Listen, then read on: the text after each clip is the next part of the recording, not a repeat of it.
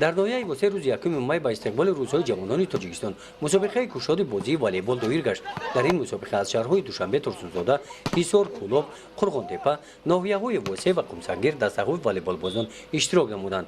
این چهاربینی مسئله با تشبوس استاد ورزش جمهوری تاجیکستان اودین احمد عیسویف و دستگیری بخش کار با جوانان ورزش و سیاحی ناحیه جمعیت ورزشی حاصلات و مرکز تشکل طرز حیاتی سالم مدت 5 سال می شود که گذرانیده می شود. در مسابقه امروزه جمهوری امروزه تمام دسته‌ها از ولایت خرطوم از شهر دوشنبه از ناحیه‌های تابع جمهوری همه دعوت شدند که در اینجا زیاده از 17 دسته اشتراک دارند. با من همین شاگردان با جوانان گفتنی هستم که بگذار که همین خیلی مسابقه ها همین خیلی برادری دوستی در بین اینا پایدار باشد.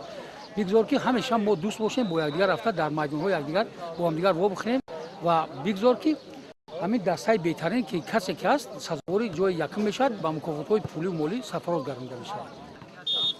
مسابقه کشاد ورزشی در میدان ورزشی نزد مؤسسه تزوید میانه عمومی رقم 19 دهه زرکاران جماعت یهودی به نام بایسف دایر گشت. تشبثکاران ختم کنندگان همین مکتب میباشند. با دستگیری آنها میدانچه ورزشی برای گذراندن این چهاربینی آماده کرده شده است. برای اشتراکچیان چهاربینی هم همه شرایط ها را مهیا نمودند. سر اول ورزش با فکر شخصی من یعنی که دوستی و صلح و رفاقت بین جوانان یعنی که دوستی اساس همین است. وادی بازی میکنند اینجا در قرغنتپه انگورباغ. بازی اول مسابقه بین دسته‌های والیبال بازان شهر دوشنبه و کالج طبی شهر کولوب با موفقیت والیبال بازان پایتخت انجام یافت. والیبال بازان ناحیه قمسنگیر و والیبال بازان ناحیه واسه پیروز گشتند.